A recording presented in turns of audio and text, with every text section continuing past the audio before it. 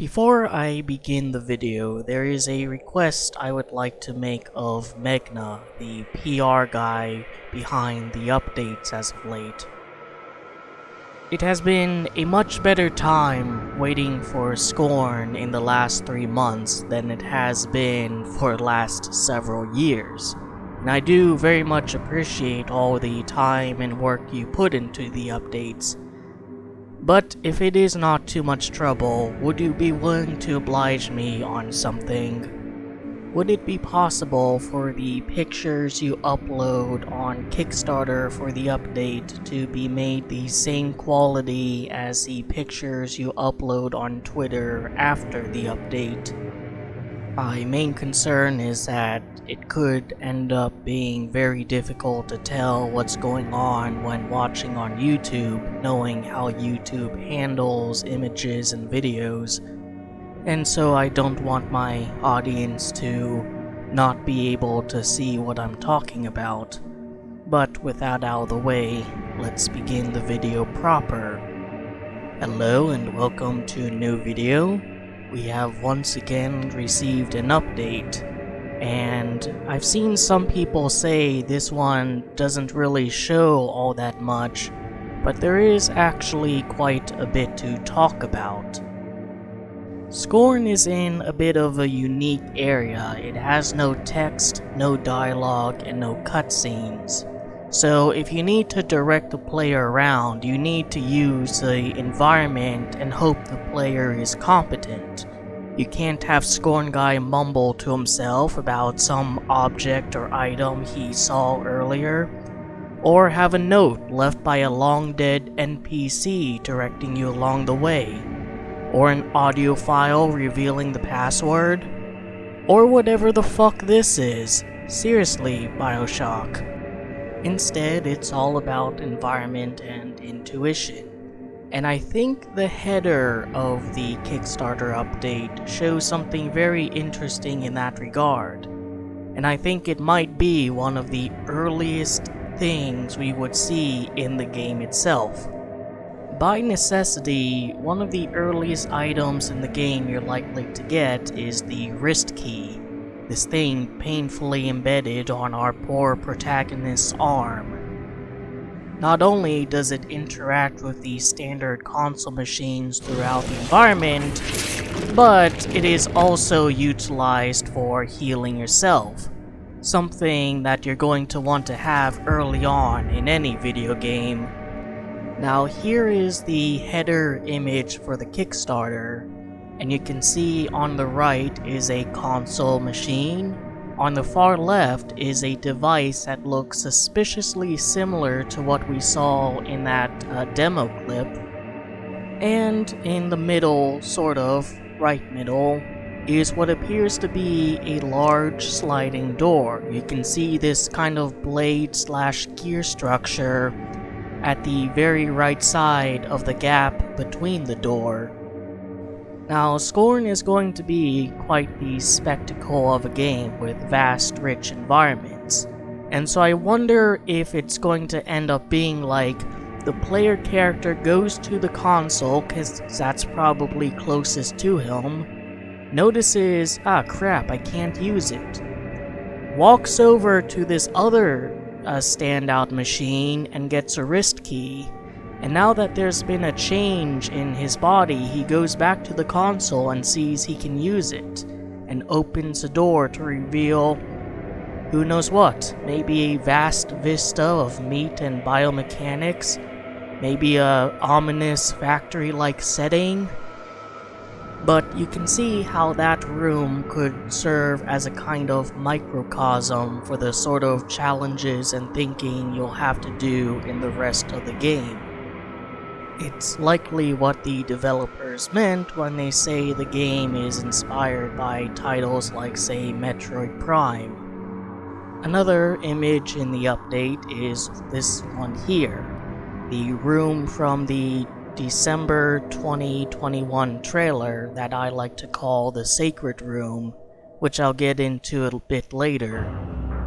Notice how the colors in this concept art are mostly whites and blues and grays, except for the stomachs of the female statues and the tubes leading down from the area itself and the inside of the flowers.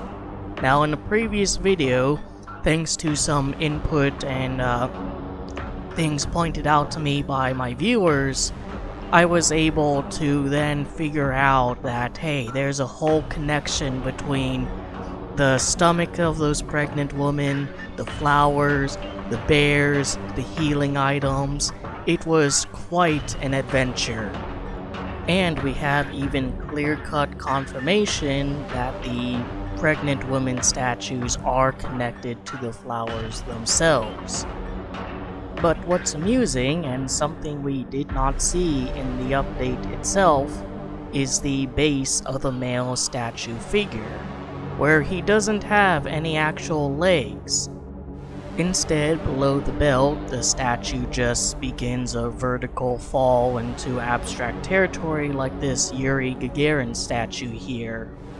Which is funny because we've seen what the statue looked like in its early iterations. In the gray boxing, you can see that the statue has legs and feet.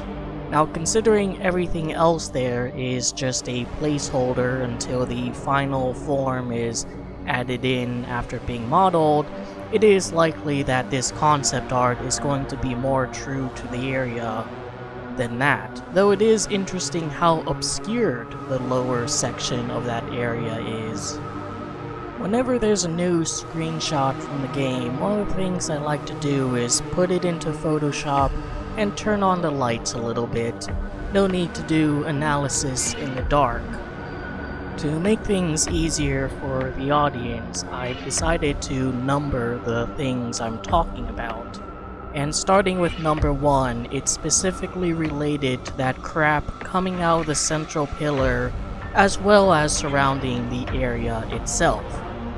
You may remember the teaser bit of gameplay shown in the December update, and it is indeed the same type of room.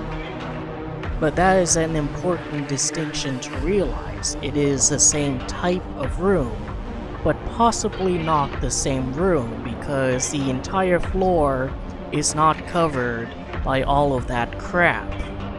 The developers have said you'll see multiple of these hubs throughout the game, and that tells you that it's a standard area, something that's important to Scorn Society, but not so powerful it can handle the entire thing. This one in particular looks even worse for wear, being covered in a thick, gelatinous fluid that seems to have since dried up completely. Further examination of it shows that it is not bare fluid or bare biological matter, at least not as the bears leave it behind. Instead, the color, shape, and texture makes it look a bit closer to the biological matter from this picture from a much more previous update. That takes place in presumably a different area. Now, considering those hubs are going to be found throughout the game, it does mean that that stuff could be being transported around throughout the entire Scorn world or just a massive sprawling facility he finds himself in. What is the purpose of this fluid? Who knows? I certainly don't. The sections labeled 2 are the roots that seem to be sprawling out from the center of this massive structure. It's interesting that it has roots, and its general shape does make it look like a strange biomechanical tree, more so than a meaty construct. You can see on the left side how it grows and spreads, similar to vines and roots on Earth. Even the texture is like wood, which is interesting because that's what I noted about the constructs from the pre-alpha trailer.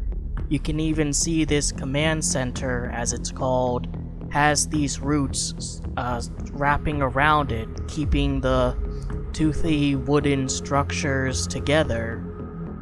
The third thing of note is the slide paneling, which is in just as much of a state of disarray as the version we've seen in the December update.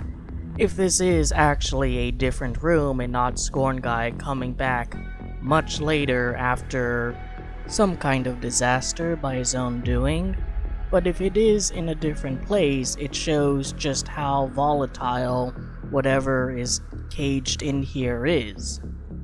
This one especially seems to be deserving of this state given just how much crap is on the floor and how far the roots have spread, but the other one looked to be much more controlled and contained, and yet things are still immensely broken, and there's not a bunch of bears and creatures running around, presumably to pin the blame on.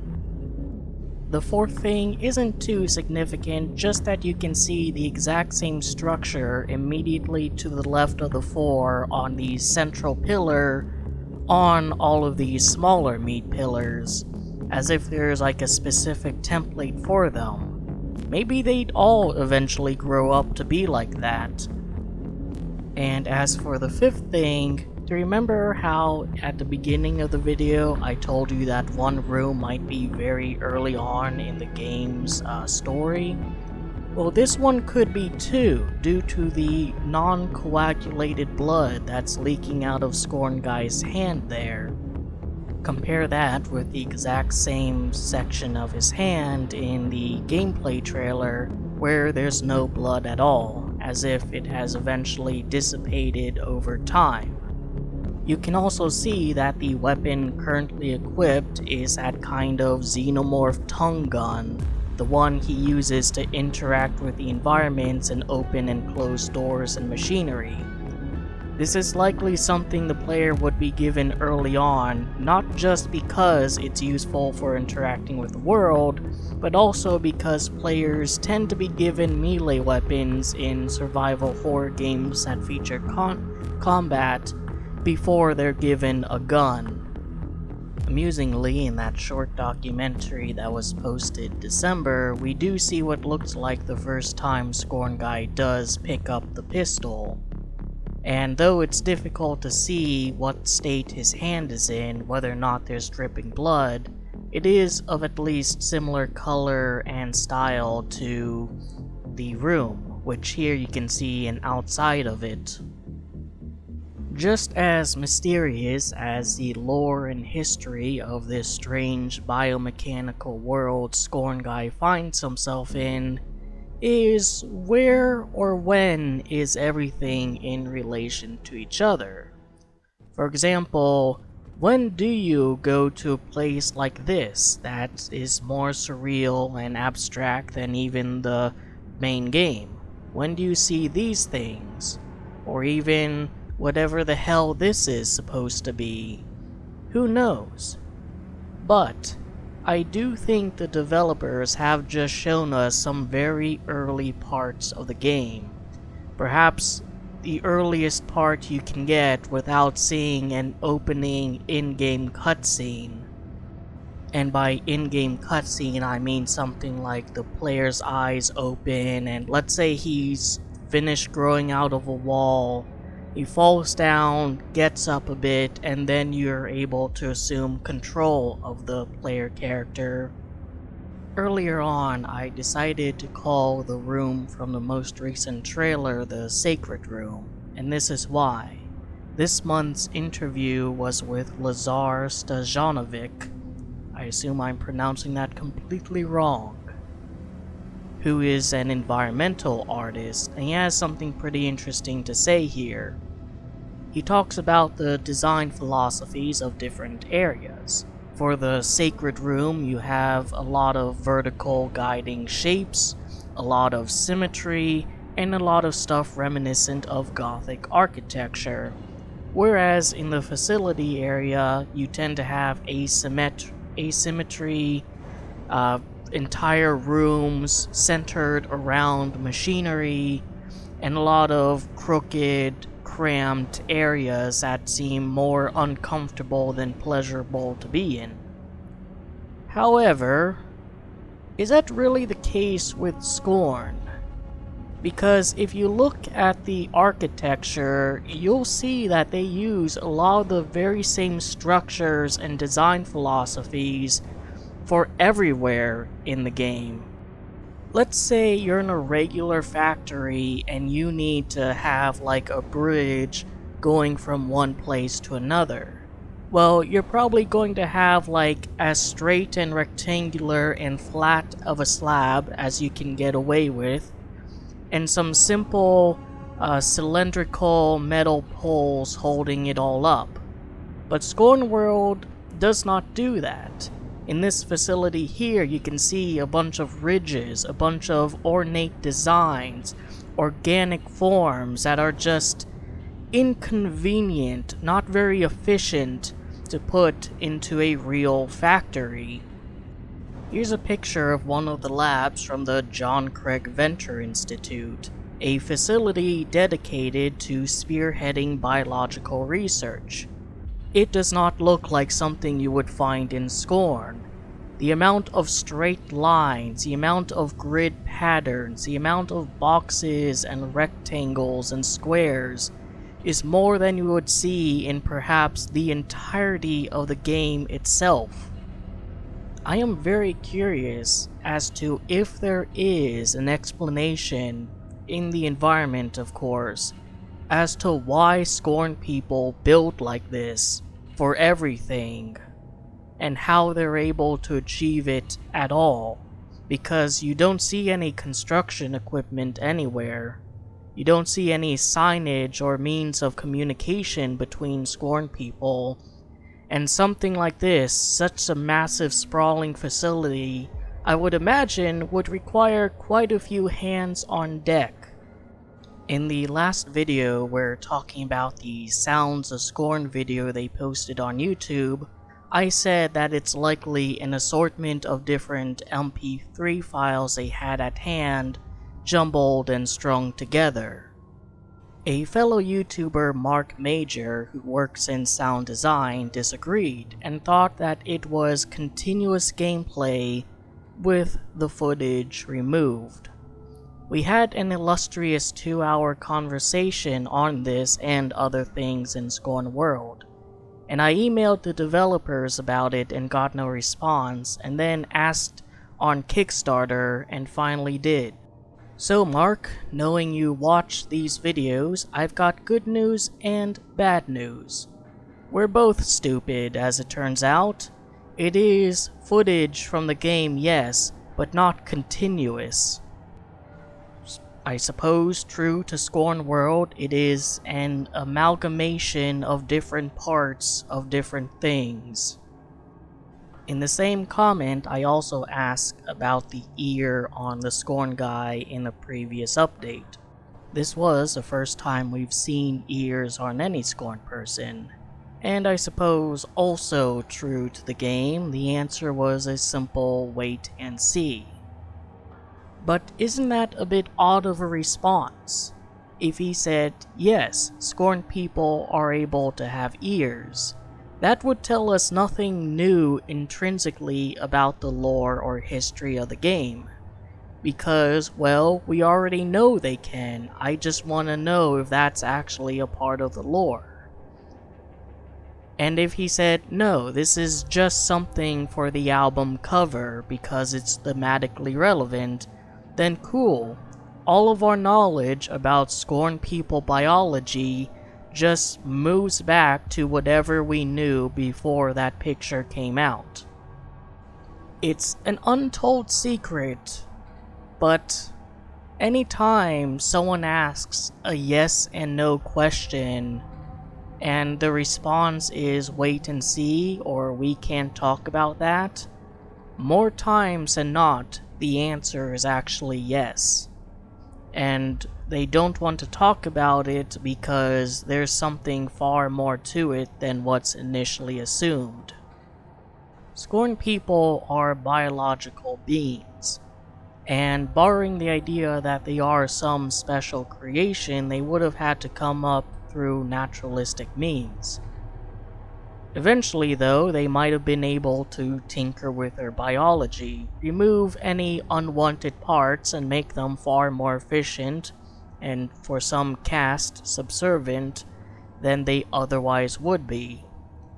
However, even here on Earth, occasionally evolutionary relics do pop up. You find chickens with teeth, a remnant from the time when they were dinosaurs, or people with tails, a remnant of our arboreal ages. We've seen before errors in the wall building process, like this guy stuck with just 3 fingers instead of 5. So it's not a perfect process, but might be more efficient than any other process that makes it worth it to just grow them and discard the failures. Perhaps every so often, the detailed history of Scorn biology makes itself known whenever one of them does grow out of a wall. And then it has to be removed surgically or that organism just discarded. Which means perhaps other things will show up on Scorn people. Maybe working jaws, maybe sexual organs, knowing this game and its inspiration. One can only speculate. It is very likely that these creatures are going to look, ideally, very close to a human being. Now, I'm still not convinced that Scorn takes place on a future Earth. I think it's more akin to, say, Star Trek Aliens, where, yeah, they look exactly human, but you gotta kind of pretend, you know? But I will fully admit that this does seem to lend some credence to the idea that Scorn takes place on a future Earth, one ravaged by bioengineering gone wrong. Unfortunately, with no dialogue, and no text, and no cutscenes, there's no way we would find out about this in the game. And so if we want any more hints about the game, we're gonna have to look a little bit outside of it. Such as through achievements. Yes, there's going to be achievements in the game. And if Peklar is as much of a hard ass as I think he is, where I doubt there's going to be any like Easter eggs or references to be found in the game itself, it's entirely possible that the achievement names are going to be very straightforward and utilitarian, naming things that are actually the proper names in the game whenever Scorn Guy does a thing that eventually warrants the achievement criteria being met. I have the same suspicion for the name of the soundtrack as well. Whatever the case is, there's been quite a lot to talk about this month, and hopefully there'll be quite a lot more to talk about in the coming months.